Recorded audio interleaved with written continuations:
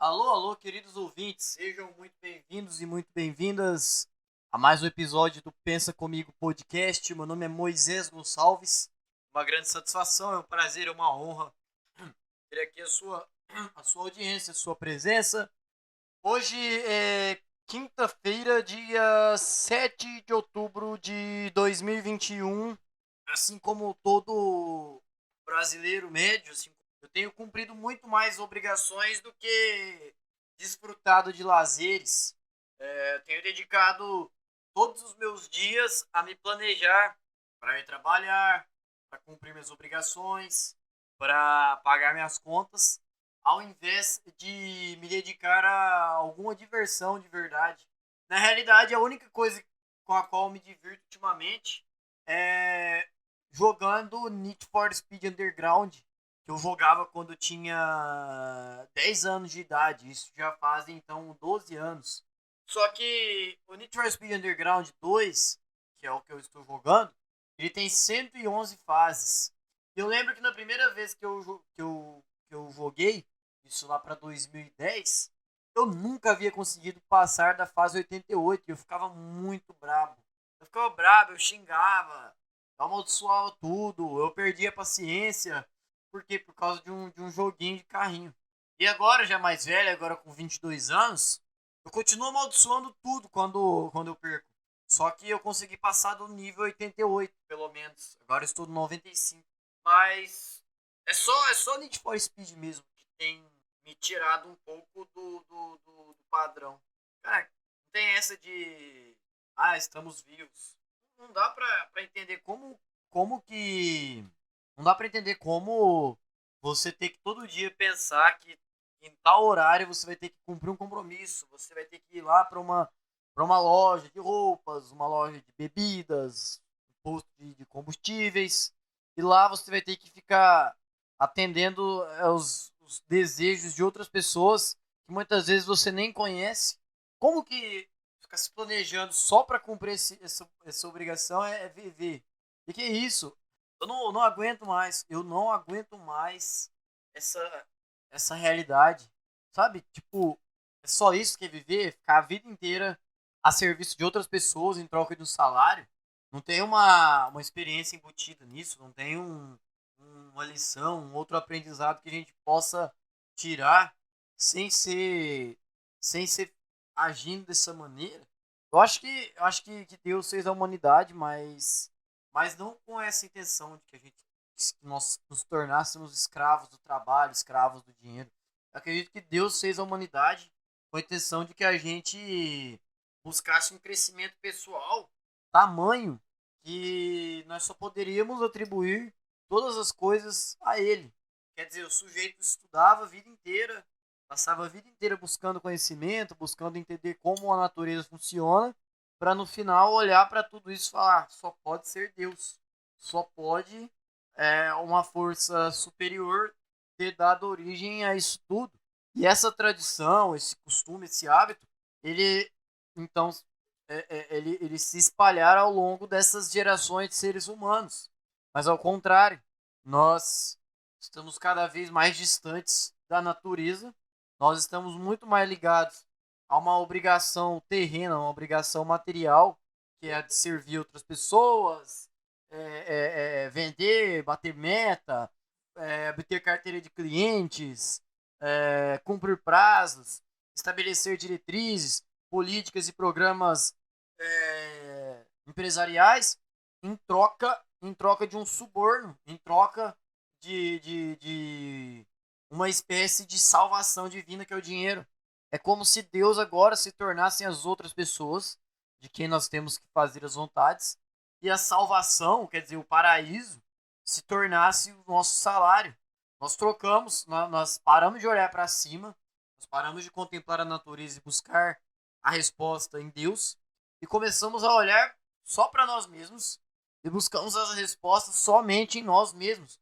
É como se nós, seres humanos, é, nós estivéssemos cada vez mais centrados em elevar a nossa condição de ser humano enquanto carne e osso, e nós então nos esquecêssemos da parte imaterial disso, que é a nossa consciência, que é o nosso ser, que é o porquê da nossa existência, e várias outros questionamentos. Você tá me entendendo? E por que eu tô falando isso? Simplesmente porque eu não aguento mais trabalhar. Eu precisei de 6 minutos aqui para explicar porque eu não aguento mais trabalhar. Mas não é que trabalhar é ruim, não é que você cumprir uma obrigação é ruim. É muito bom ter obrigações.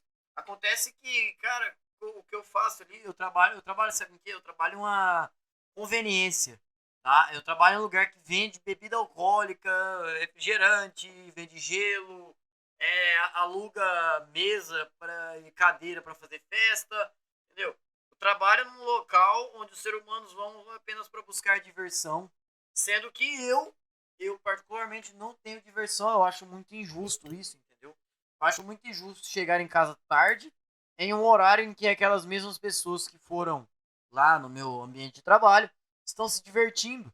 E eu estou cansado, eu não tenho mais disposição, ou até não tenho tempo para me divertir também. Eu acho muito injusto isso. É como se eu fosse, sei lá, cara, como se eu fosse uma puta que faz programa o dia inteiro e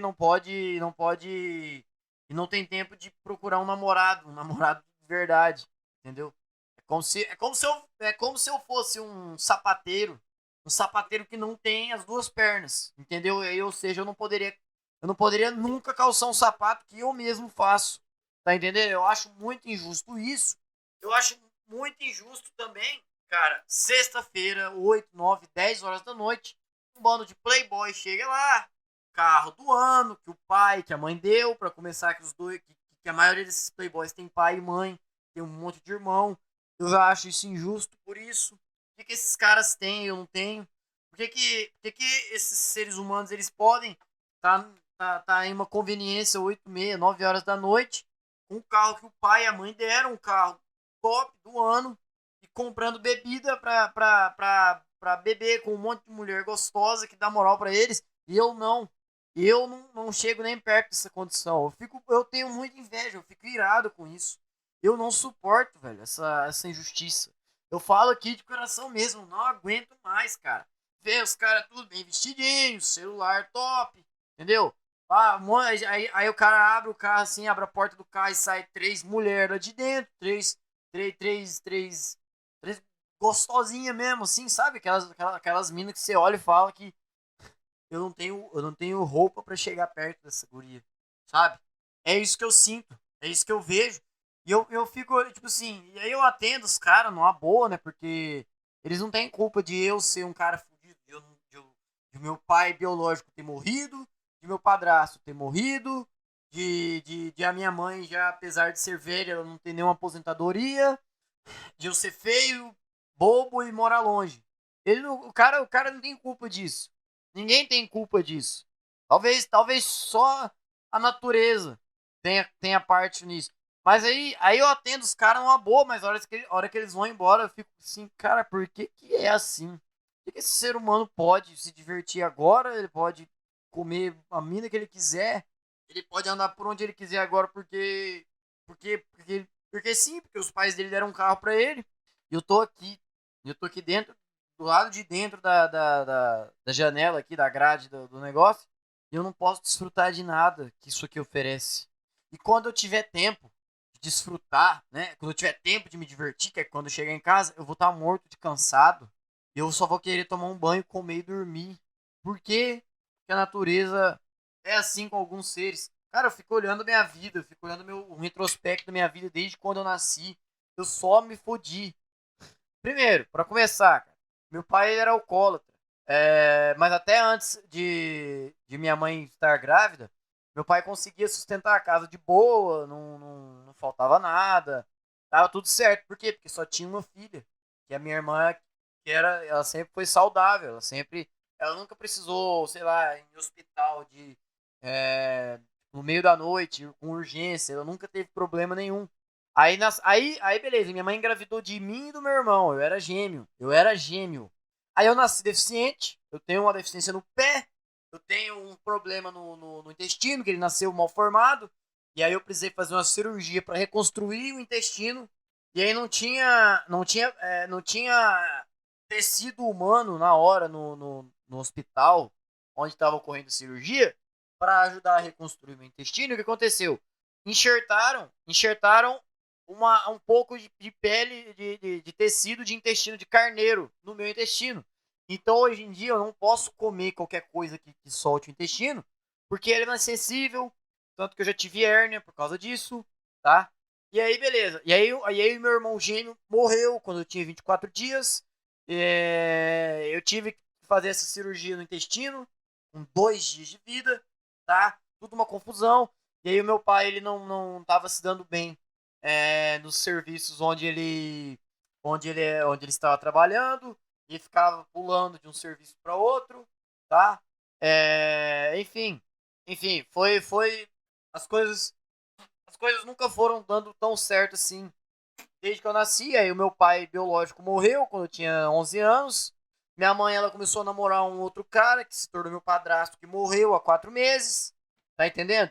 Eu não tenho muita facilidade de me enturmar. Se eu chegar em uma festa, se eu chegar, sei lá, cara, uma fila de banco, se eu chegar em um comércio e eu precisar fazer amizade com algumas pessoas pra ficar à vontade no lugar, ou até pra conseguir alguma vantagem, eu vou ter muita dificuldade. Eu não sei chegar em uma turma de jovens assim, uma moçada da minha idade, de 20 e poucos anos, e trocar uma ideia trivial, um assunto comum pra ficar ali, pra ficar à vontade, ficar de boa. Eu não sei, eu não tenho facilidade disso, cara. Eu me sinto um lixo quando eu vou em festa, ou quando eu passo, sei lá, cara, quando eu passo em um bar, tem um monte de moleque da minha idade ali bebendo, conversando. Eu não sei passar na calçada e ficar de boa, eu sempre passo em choque. Sei lá por quê. Deve ser porque eu não tenho. Sei lá, cara. Não é que eu sou especial, às vezes as pessoas não estão nem me vendo. Mas eu me sinto mal de não conseguir ter atitude de puxar assunto com alguém assim do nada. Tá entendendo? Só tá coisa errada, cara. Tem coisa que eu nem posso contar aqui direito. Mas enfim, cara, com mulher também. Com mulher eu só dou fora, tá? Eu até posso ficar com uma guria assim por 1, 2 meses, mas de repente, do nada, a mina desanima. Ultimamente aconteceu isso, tá? Eu tava ficando com uma guria aí de 16 anos, eu tenho 22, tá certo que tem um pouco de diferença de idade, mas tava tudo normal, a gente se via, tá? Trocava uns beijos, batia um papo e eu ia embora. E de repente, de sexta para sábado, ela falou que não queria mais ficar comigo porque ela não achava justo estar ficando comigo, sendo que ela tinha acabado de terminar um namoro. Traduzindo, ela provavelmente gostava do ex dela, e o que eu podia fazer quanto a isso? Nada.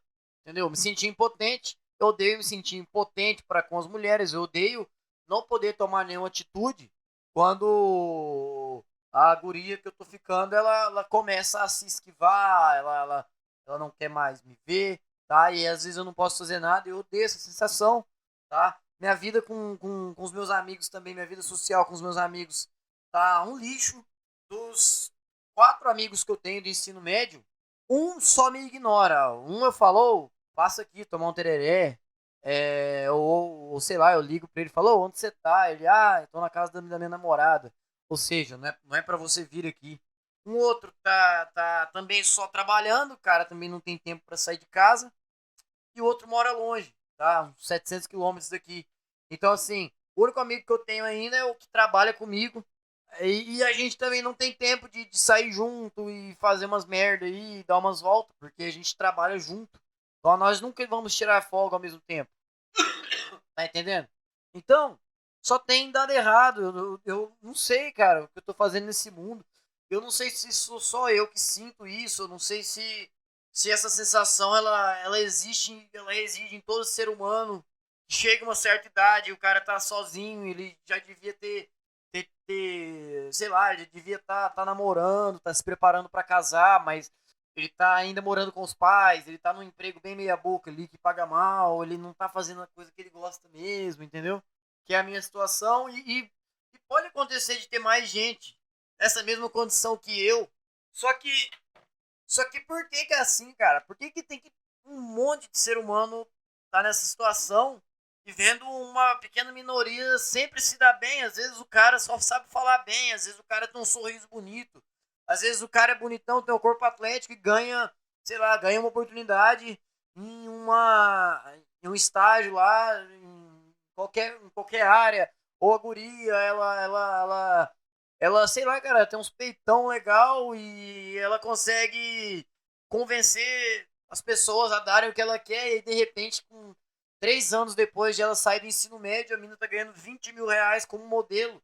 Tá certo que o corpo dela tem tudo a ver com a profissão, mas por que que é só a minoria, cara? É só a nata que chega nesse patamar, muitas vezes sem fazer muito esforço, entendeu? É isso que eu não suporto, cara, que aconteça.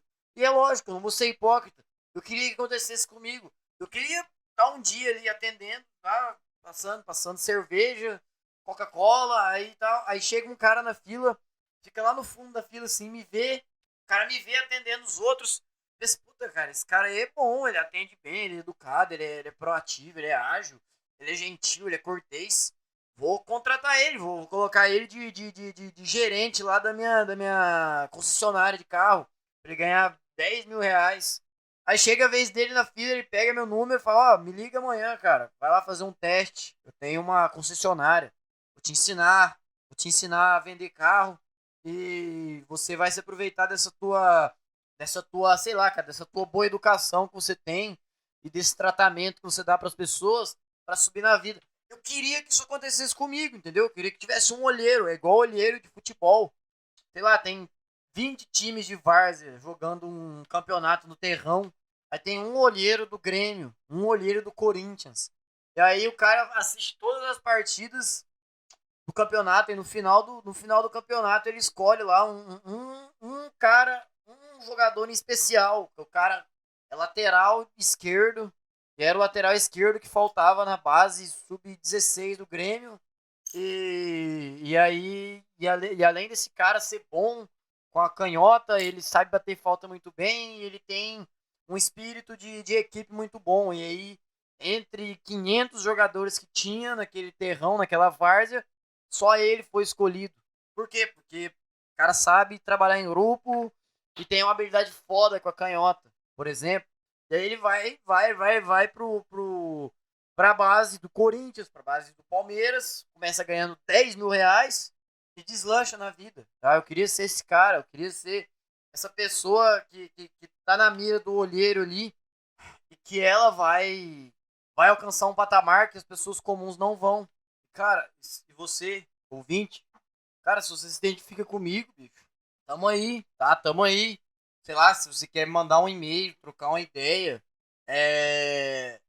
sei lá, bicho, conversar, fica à vontade. Tem meu e-mail aí na descrição do podcast, na descrição do YouTube também.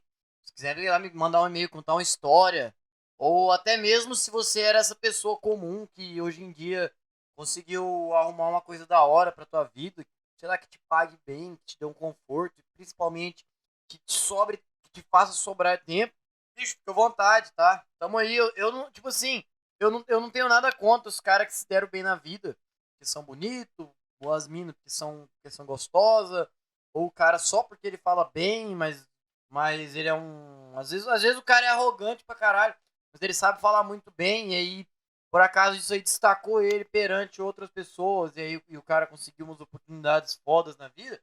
Eu não sou contra. Inclusive, na verdade, eu sou a favor, cara. Eu sou a favor de que quanto mais distinto aquele ser humano é, mais oportunidades ele tenha, entendeu?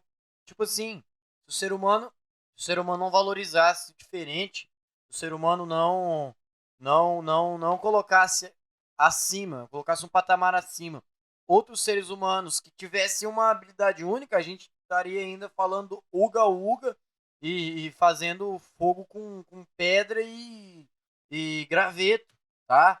Então, assim, eu acho muito saudável.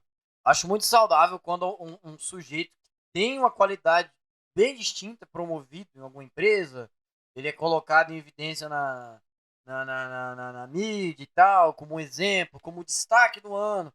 Acho foda. Acho do caralho. O que eu lamento o que enquanto ser humano, indivíduo, lamento eu não tenho uma habilidade foda, eu não tenho uma coisa que me destaque. Ah, mas o meu pé é deficiente, não tem lugar nenhum no mundo. Eu também acho que o jeito que o meu pé deficiente ele nasceu Eu nunca ouvi falar um ser humano que tivesse um pé deficiente igual ao meu mesmo. Nunca vi. Talvez tenha, talvez, mas também são poucos. Tem um pé igualzinho ao meu. Só que também eu acredito que é o único lugar onde eu poderia me destacar com isso aí era num circo de horrores. E só. O único lugar que eu conseguiria um emprego que as pessoas iam me ver como diferente mesmo era num show de horrores, porque se eu calçar uma bota, se eu calçar um coturno e sair na rua, pronto, sumiu a diferença. Ninguém percebe que eu sou deficiente, a não ser que meu pé esteja doendo e eu comece a mancar. Mas se não for por isso, eu coloco um coturno, uma bota, sei lá, ninguém imagina que eu seja deficiente físico, tá? Então quer dizer, eu sou um ser humano fisicamente diferente? Sou, mas nem tanto. Nem tanto, quer dizer, mas apesar disso tudo, quer dizer que se eu não tiver um dom, se eu não tiver uma habilidade, se eu não tiver uma capacidade de enxergar um ambiente diferente das outras pessoas e, e agir sobre aquele ambiente, cara, eu vou ser comum, tá? É essa a minha raiva para comum. Eu sou um ser humano comum. Ah, mas quando eu tinha 3 anos de idade, eu aprendi a escrever. Quando eu tinha 4 anos, eu aprendi a fazer conta de matemática, é verdade. Só que apesar de tudo isso, eu nunca tive incentivo para exercitar essa minha facilidade. Eu sempre fiquei no basicão ali no arroz com feijão. E aí eu me tornei um ser humano comum, como você, como sua mãe, como sua avó, como sua tia, como seu primo, tá? Infelizmente. Então, então eu olho para os clientes que vão lá na conveniência sábado, 10 da noite, eu olho para eles e penso assim, cara, por que é assim? Por que eles podem se divertir? Por que eles podem não ter hora para chegar em casa? E eu tenho. E eu só tenho obrigações. Eu não aguento mais isso, cara. Entendeu? Eu fico pensando, eu falei, cara, qual que é a justiça do mundo? De dois seres semelhantes, duas criaturas que vieram do mesmo, que foram, sei lá, cara, foram paridas do mesmo jeito, terem destinos, terem rotinas e terem destinos tão diferentes. Tá entendendo?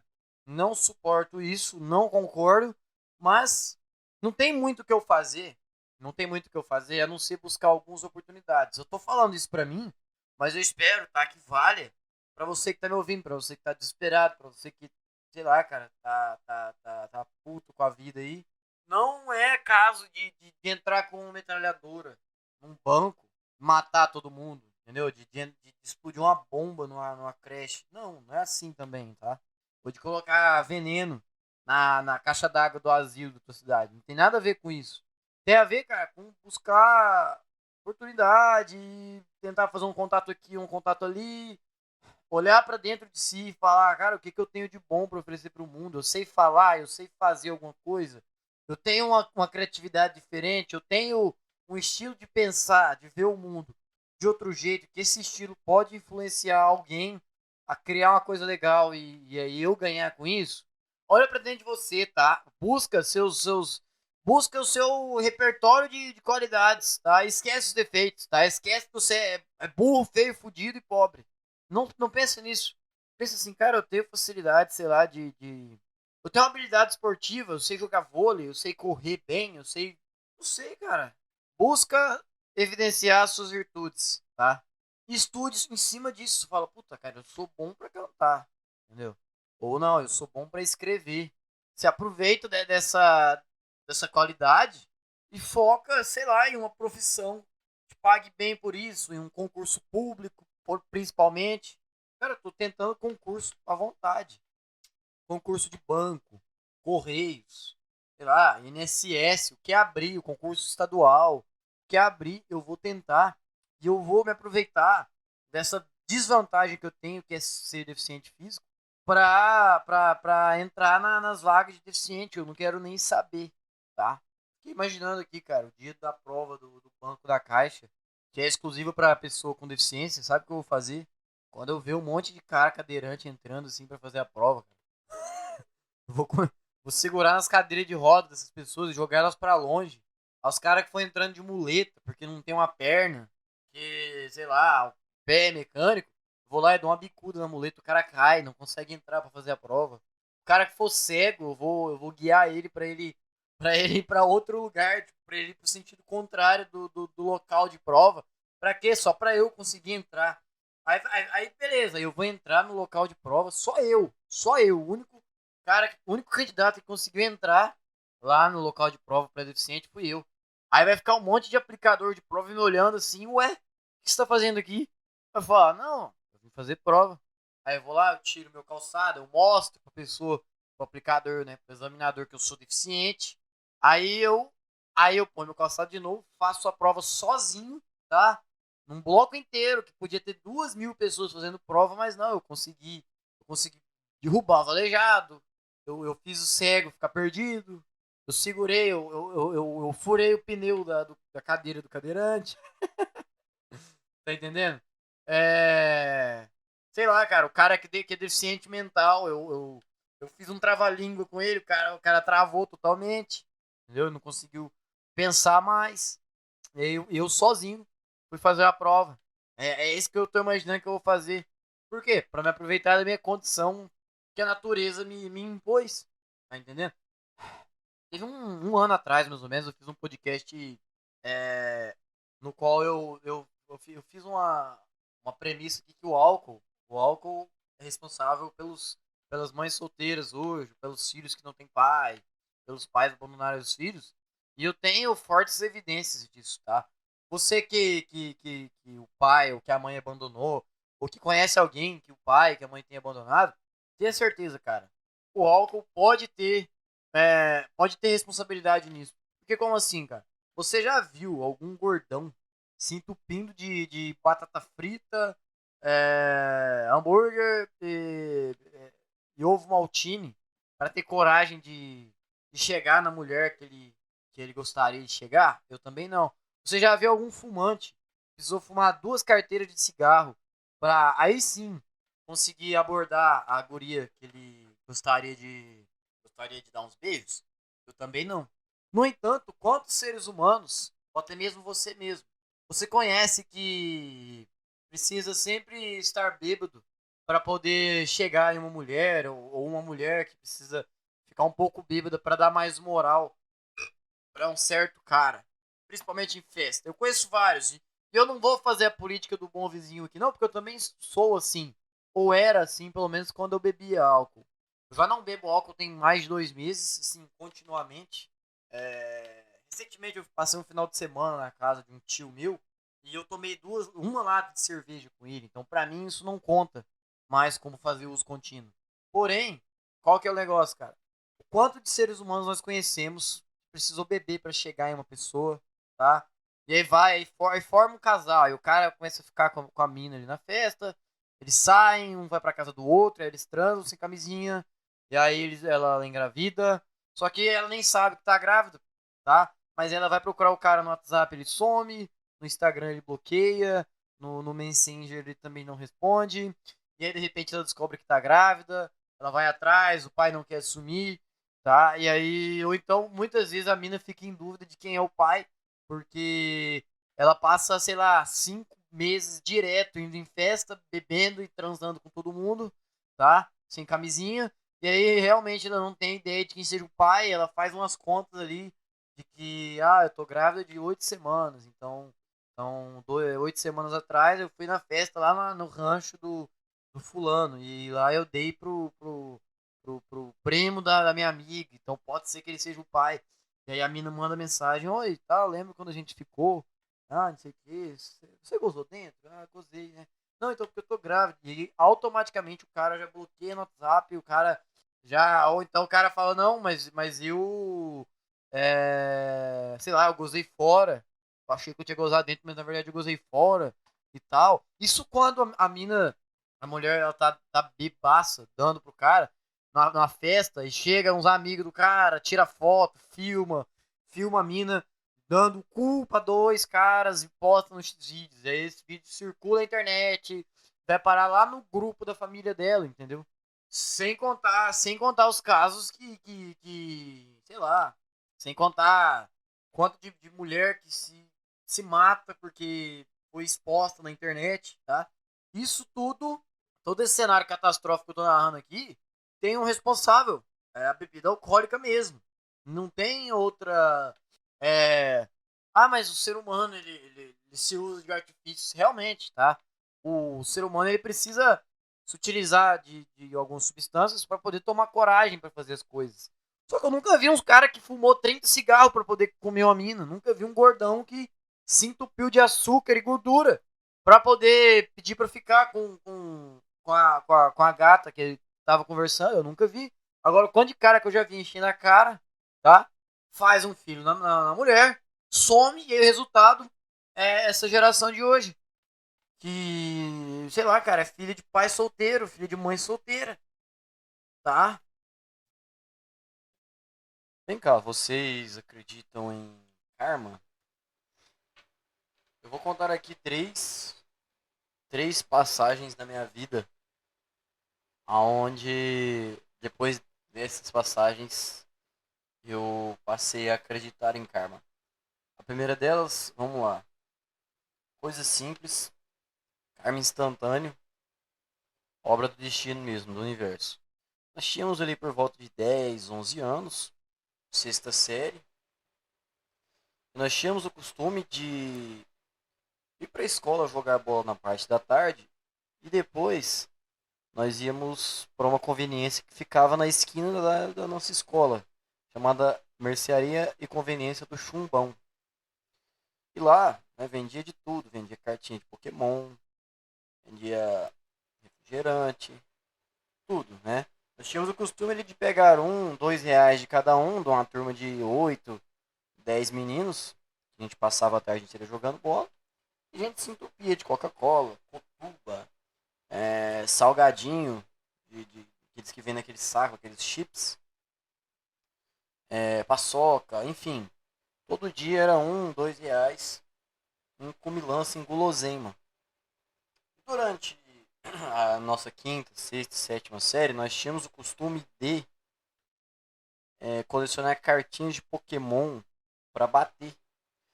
Se você não sabe bem o que é bater cartinha, o que, que significa? É, cada carta de Pokémon ela tinha uma raridade. Algumas, a maioria, né, lógico, eram comuns. E algumas cartas raras elas valiam uma quantidade de, de, de cartas comuns. Por exemplo, o Pikachu, que era uma carta rara, ele valia, sei lá, 20 cartas. O Rayquaza era uma carta lendária, ele valia 30, 40 cartas, por exemplo. Tá? Só para efeito de comparação.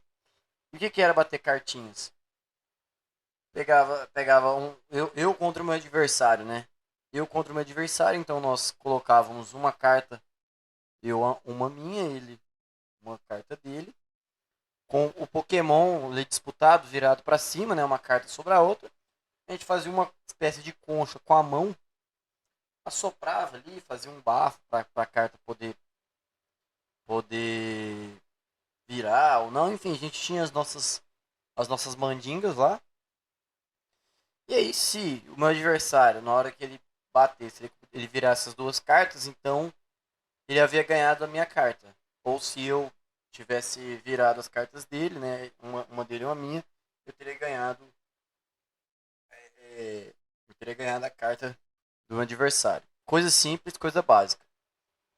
Nessa conveniência do chumbão, vendiam-se essas cartinhas de Pokémon. Tinham amigos nossos lá que eram muito bons em bater carta. Eles às vezes compravam 5 cartinhas ali no final de semana e 2 semanas depois eles já tinham 50 cartas acumuladas, tudo isso só batendo, tá? Também tinha um negócio assim, dois caras que tinham muitas cartas, mas eles não queriam apostar um contra o outro. O que eles faziam? Eles se tornavam sócios. Então, se eu me tornei sócio lá de um colega meu, e a gente começa a ir junto para esses duelos, o que acontece?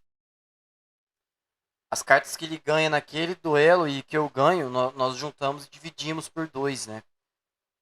E assim a gente ia tocando a vida. O que acontece? A primeira minha experiência que eu tive com karma foi na quinta série. Não sei como, tá? Não sei o que aconteceu, que bateu o sinal para ir embora. E eu dei uma leve atrasada pra ir embora. Tipo, minha turma desceu correndo as escadas e já foi para o portão de saída. E eu fiquei na sala meio sozinho praticamente. Aí eu tava colocando meus materiais na mochila. Coloquei a mochila nas costas. Quando eu fui sair, assim, eu vi uma mesa com um bolo, assim, de umas 50 cartinhas de Pokémon em cima da mesa. Inexplicavelmente mesmo. Não sei por que que alguém largaria 50 cartinhas de Pokémon do nada ali, em plena febre, né, de cartinha de Pokémon. Não entendo. Aí o que aconteceu? Eu então, lógico, eu me apropriei daquelas cartinhas. Simplesmente eu tomei posse delas. Por quê? Porque não tinha dono, não sabia de quem era. Enfim, tá tudo certo, né? Como diz o ditado, o que é achado não é roubado. E o que aconteceu? Beleza. No dia seguinte, a gente foi pro recreio. Tá, eu levei algumas daquelas cartinhas que eu tinha encontrado. No outro dia também. No terceiro dia, o nosso recreio ia ser diferente. Nós íamos ter tipo uma gincana. Ia ter uns negócios lá de. Acho que até de dia das crianças. Então não ia ter tempo eh, de, de brincar mesmo. De cartinha, de jogar bola, de nada. E o que eu fiz? Eu deixei aquele bolo de cartinhas na parte de baixo, assim, da minha carteira, né? Da minha mesa. Que as mesas escolares, né? Elas têm uma outra mesinha por baixo, assim, outra estrutura por baixo para colocar materiais. Aí eu deixei lá aquele bolo de cartinhas que eu tinha encontrado 3 dias antes. E assim foi. Só que, durante o nosso recreio, não sei porque as nossas salas ficavam abertas. Nós éramos da quinta série. E o nosso pavilhão tinha salas da quarta e da terceira série. Resumindo, voltamos do recreio, fui procurar as cartas que eu tinha encontrado. Não estavam mais lá, tá? E no recreio da sexta-feira, já no final da semana de aula, o que aconteceu? Apareceu um japonês lá, da quarta série, também com um bolo de cartas. E eu falei só de curiosidade, deixa eu ver tuas cartas aí. O que aconteceu? As cartas que eles estavam, que aquele japonês estava portando, eram justamente as cartas que eu tinha encontrado na segunda-feira. E aí eu chamei, falei, pô, você catou minhas cartas, cara. Tá louco. E quis tirar satisfação, só que o moleque não deu o braço a torcer. Ele não assumiu que ele entrou na minha sala e, e, e, e pegou. Talvez não tenha pego nem só cartas minhas, mas de outros colegas nossos. Mas assim, a primeira minha experiência com karma foi essa, tá? Eu achei o que não era meu e acabei perdendo para os outros. Minha segunda experiência com karma já foi foi praticamente instantânea e foi bem mais punitiva. Até porque eu acredito que se apropriar de uma coisa que não é sua, não é um crime, não é um pecado. Talvez seja uma falta de ética, talvez seja uma atitude que vá fazer falta para outra pessoa, né? Você, por exemplo, você acha uma carteira cheia de documentos e com R$ 1.000 dentro. Você se apropriar dos R$ 1.000 e entregar a carteira sei lá, na rádio, por exemplo, é em partes um crime, né? Porque você se apropriou do dinheiro daquela pessoa. Mas você se apropriar só do dinheiro e jogar a carteira fora também, aí sim é um crime muito mais oneroso para aquela pessoa, né? Porque além de perder dinheiro, ela perdeu documento e documento dá um trabalho do caralho para fazer. Tá, mas então, essa com as cartinhas de Pokémon aí foi mais uma lição pra, tipo assim, cara, não interessa o que você achou e onde, bicho. Se não é teu, ou você não mexe ou você encontra o dono. Tem essa de achado não é roubado, tá? E vamos lá. E o que acontece? Acontece que nessa época que nessa febre de cartinhas de Pokémon, nós tínhamos costume, né, de ir na conveniência do chumbão, desde sempre, tomar refrigerante, conversar e tal. Uns moleques ficavam lá andando de skate, outros ficavam empinando bicicleta e alguns também batendo cartinhas. Esse era o nosso costume. Em uma das vezes, era uma sexta-feira, eu acho, estava um pouco frio, eu fui até de moletom. Eu fui nessa conveniência do Chumbão para comprar um pacote de cartinhas, né? Vinham 5 cartinhas, custava, sei lá, 1,50, era baratiza. E aí o que aconteceu? Aconteceu que eu cheguei lá e o Chumbão não tinha as cartinhas ali no balcão dele. Ele falou, então espera aí que eu vou ali no fundo buscar. Ele era um cara muito legal, ele era um senhor já de 50 anos, 50 e poucos anos, que se dava bem com a garotada, fazia piada, fazia brincadeira, deixava a gente até marcar, tipo, comprava lá um monte de coisa e marcava numa cadernetinha para pagar depois. Era uma loucura isso aí. Eram épocas de ouro da minha infância. E aí o Chumbão disse, eu vou ali no fundo então buscar. Espera aí. O que acontecia? Tinha um, tinha um plástico de um formato cilíndrico aberto em cima desse balcão cheio de paçoca quadrada. Ninguém sabe dessa história, nem ele. Tá? Ninguém sabe dessa história. Tô contando aqui pela primeira vez.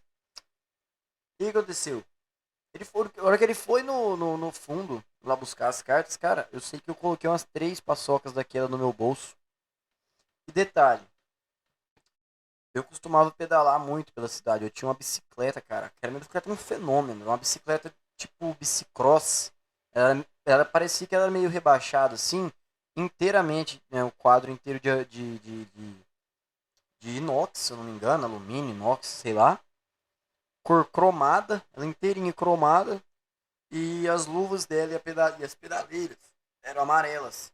Muito bonitas, muito bonitas, muito bonita mesmo a bicicleta. Eu não deixava ninguém andar. A pessoa pedia para dar uma volta, e aí eu já ironizava, já debochava. Falava, pô, quer dar a volta? Já tem duas voltas aqui, ó, uma na frente e uma atrás. Né? As rodas dela, os pneus dela. E eu não deixava, cara, ninguém pôr a mão na minha bicicleta. E aí eu fui de bicicleta, né, no chumbão, porque eu vivia com ela pra rua. E estacionei ela, coloquei ela no pezinho ali na calçada e fui pedir as cartinhas pro cara. Ele foi no fundo, enquanto isso eu peguei, me aproveitei e furtei 3 paçocas. Cara, que eu não devia ter feito isso. Por quê? Porque assim que ele me entregou as cartinhas, eu paguei e eu saí de boa, cara. Tipo assim, eu simplesmente peguei as paçocas, enfiei no bolso e esperei ele voltar, tá? Ele nem desconfiou. O que aconteceu? Na hora que eu subi na bicicleta e pedalei, bicho, já senti uma coisa me rebaixando assim, me aproximando do chão, mas eu não estava caindo. Quando eu olhei para trás, estavam os 2 pneus da minha bicicleta murchos, inexplicavelmente murchos. Quer dizer, pode ter uma explicação, pode ser que eu não tinha noção de que eu deveria calibrar os pneus com certa frequência, ou o que eu prefiro acreditar, que tem muito mais sentido, muito mais fundamento, é que foi o karma instantâneo agindo, tá? Foi o karma instantâneo. Então, cara, você não pode prejudicar os outros assim de graça. Então toma essa aí. E simplesmente a natureza furou os pneus de minha bicicleta. E aí eu fui da minha casa até. Da conveniência do chumbão. Até a minha casa eu fui. Eu fui. Eu fui pensando nisso, cara. Só que aí eu já não tinha mais o que fazer. Porque eu não ia voltar lá. Eu não ia tentar enganar o universo. Desfazer a situação. Eu teria que assumir responsabilidade. Eu não poderia voltar na conveniência do cara e falar, olha, chumbão, tá aqui 3 paçocas que eu furtei. Agora me perdoa porque a minha bicicleta murchou e eu não consegui ir embora pra casa. Não, bicho, agora eu tinha que lidar com aquela cagada que eu fiz e com a punição instantânea, automática que eu recebi, tá? Não tinha jeito, cara. Não tinha mais o que eu fazer. Tinha que aceitar a mensagem direta que o universo estava me dando. Falei, cara, você não pode Você não pode fazer cagada de graça com os outros, bicho. Você vai tomar, você vai levar. Mas aí eu fico me perguntando, por que, que essas regras valem para uns? Por que, que algumas pessoas no universo elas recebem mais punições instantâneas e proporcionais do que outras, tá? Outras pessoas que fazem maldade de propósito e que nunca sofrem nenhum tipo de punição, tá? Essa é a minha pergunta, essa é a questão que eu gostaria de perguntar para Deus, tá? Se eu tivesse um encontro pessoal com Deus, em algum momento, em algumas circunstâncias da minha vida, e eu pudesse ter direito a uma pergunta, eu perguntaria: Deus, por que existe tanta injustiça? Quer dizer, que tantos e tantos seres humanos que cometem erros, que cometem crimes, que cometem maldades contra outras pessoas, esses seres humanos não recebem punições ou não recebem punições proporcionais, sabe? Na maioria das vezes saem impunes de várias situações onde eles provocaram muita desgraça nas vidas das pessoas.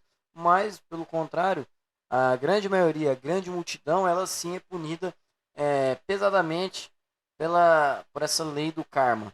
Cara, a única pergunta que eu teria pra Deus, cara, sem ofensa, sem querer questionar a autoridade de Deus, só querendo entender o porquê das coisas, tá? Eu não quero ser um Lúcifer, eu não quero ser um, um cidadão que se revoltou contra Deus e quis ocupar o lugar dele e foi tomado por ira e depois expulso do paraíso. Não, eu sou um cidadão simples, cara. Mas, Deus, por que existe tanta injustiça? Que alguns pagam instantaneamente pelos seus erros e outros não, tá? Não tô afim aqui de mudar a ordem das coisas, não tô afim de modificar a sua vontade, Deus. Mas só me tira essa dúvida. Essa dúvida genuína, essa dúvida espontânea que não está só dentro de mim e que reside nos corações de bilhões de outros seres humanos. Por que existe tanta injustiça? Porque alguns seres humanos pagam pelos seus erros e outros não. Principalmente os que pagam instantaneamente, tá? É, essa era a minha questão para Deus. E você?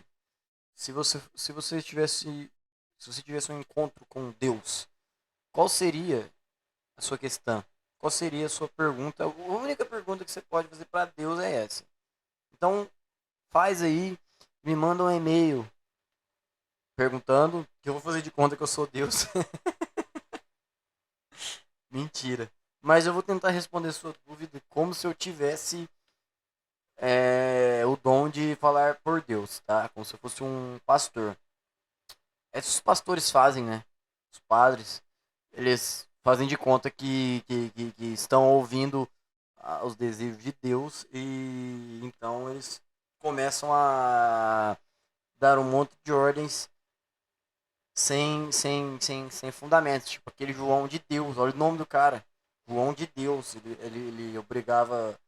Obrigava não, ele induzia os fiéis dele sei lá, cara, a abrir as pernas, a fechar os olhos. Loucura, loucura total. Aí, a terceira resposta do karma na minha vida, que eu nunca também vou esquecer, foi a principal, e que depois disso eu comecei a pensar muito antes de falar as coisas e de tomar atitudes. Cara, foi o seguinte, o meu pai, isso em 2011, de vez em quando ele me levava a um campo de futebol society onde eu treinava futebol, tá? Mas era bem de vez em quando. Normalmente eu ia de bicicleta ou ia a pé.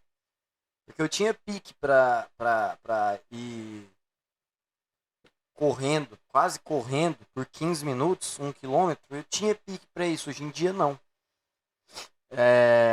E o que acontece, cara?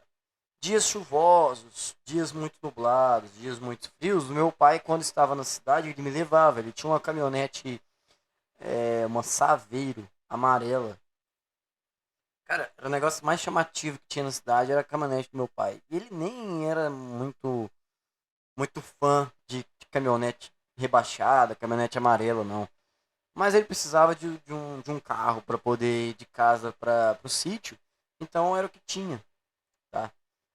Enfim, eu cheguei a dirigir aquela Saveiro indo pro sítio, só lembrança boa. O que acontece, cara? Eu peguei então, eu falei, meu pai, me leva lá no treino. A hora que ele estacionou em frente ao clube, eu falei, ó, eu vou ali dentro ver se vai ter treino hoje ou não. Se não tiver, eu volto aqui pra te avisar, mas se tiver, eu volto aqui pra te avisar também, né?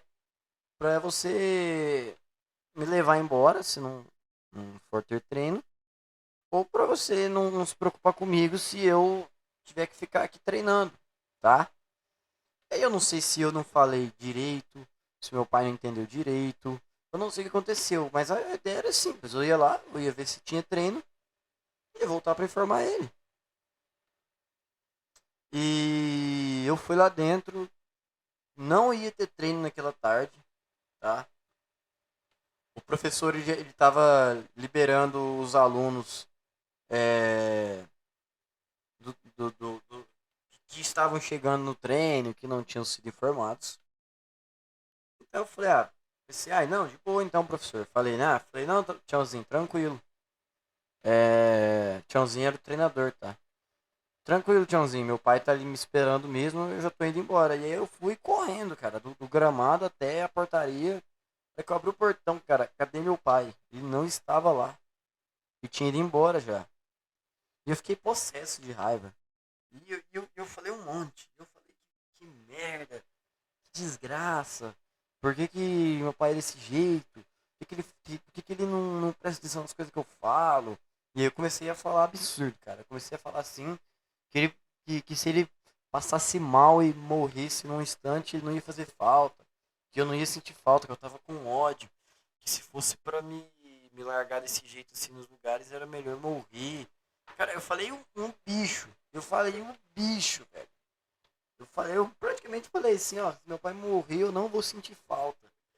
Isso foi, sei lá, cara, quando isso foi. Isso foi, acho que no comecinho do mês de setembro. No comecinho do mês de setembro de 2011, tá? E o destino foi muito punitivo comigo, cara. O universo disse amém para as coisas que eu falei, tá? E aí no dia 20 de setembro, o meu pai, ele depois de voltar de uma fazenda onde ele trabalhava pro meu tio, que era o irmão dele, ele infartou e morreu, tá? E desde então eu falei, não é possível, cara. Não é possível que o universo ouve as coisas que eu falo. Principalmente as coisas ruins que eu falo. Porque quando eu falo um monte de coisa boa, quando eu me mentalizo, eu me imagino em situações legais, em situações que eu estou me dando bem, que eu estou podendo tirar umas séries legais, situações que eu estou à vontade com a minha família, isso praticamente nunca acontece, tá? Tem, sei lá, 3, 4 meses que eu não consigo ficar de boa em casa, me programar para sair para um lugar legal, passar um final de semana. Eu não tenho mais final de semana, apesar de todos os dias eu, eu, eu, eu eu ficar imaginando como seria eu poder pegar um carro, ir para rodovia, ir para beira de um rio. E isso não acontece, não acontece nada das coisas legais que eu imagino para mim. Mas coisas ruins é eu falar uma vez e o universo dizer amém. Então eu volto ao questionamento. Por que, cara? O que eu tô fazendo de errado? Que o universo nunca diz amém para quando eu mentalizo situações legais da minha vida. Pelo amor de Deus. Eu não suporto mais estar vivo, é por isso que eu cogito levemente a ideia de suicídio. E não é com maldade. E não é com maldade, não é com realmente vontade de morrer desesperadamente, mas é porque, cara, se tudo que eu imagino de legal pra minha vida, a coisa não acontece. Mas qualquer pequeno detalhe ruim que eu fale, instantaneamente aconteça, então que sentido faz eu estar aqui? Isso é só pra viver desgraça, tá? Não faz mais sentido, cara. Aquele suicídio planejado, aquele suicídio que tem motivo, que você olha pra situação e fala, bicho, você tem razão. Às vezes é muito melhor morrer do que ficar passando por isso, entendeu? Tipo assim, só que eu não tenho coragem, tá? Eu sou contra as pessoas que falam, o cara que se suicida, ele é um covarde, ele é um egoísta negativo.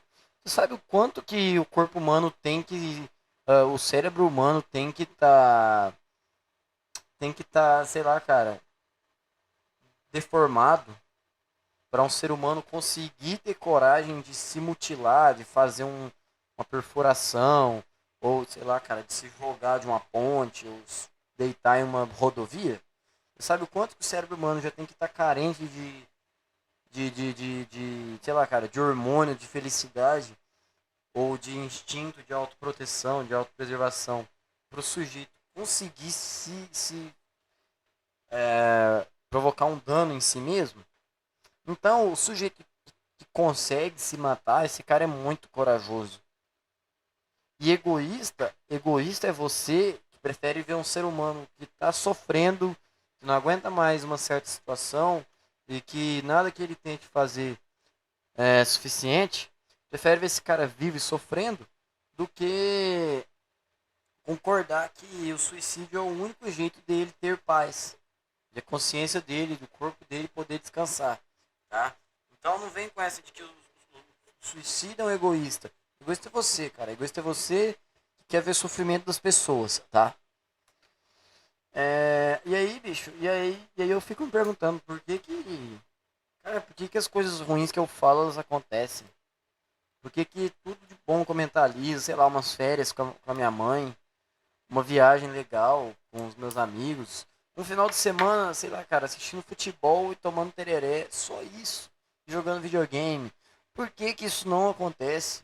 Por que eu tenho que tipo, trabalhar toda noite? Por que eu não tenho mais final de semana? Por que todo mundo ali que está naquele ambiente pode se divertir e eu não? Entendeu? Porque o único horário que eu teria para me divertir já é hora de eu dormir. Tá entendendo? E aí eu fico imaginando situações legais, elas nunca vêm. Eu fico muito brabo com isso. Cara, não é pouco, não. Mas, apesar de tudo, eu ainda. Eu tenho vontade de fazer as coisas darem certo, tá? Olha, o podcast de hoje foi isso. Fazia tempo que eu não aparecia aqui. Eu não sei nem como eu cheguei nesses assuntos. E obrigado pela sua audiência e sua paciência. Se inscreve aí, manda e-mail e até o próximo. Fui, falou.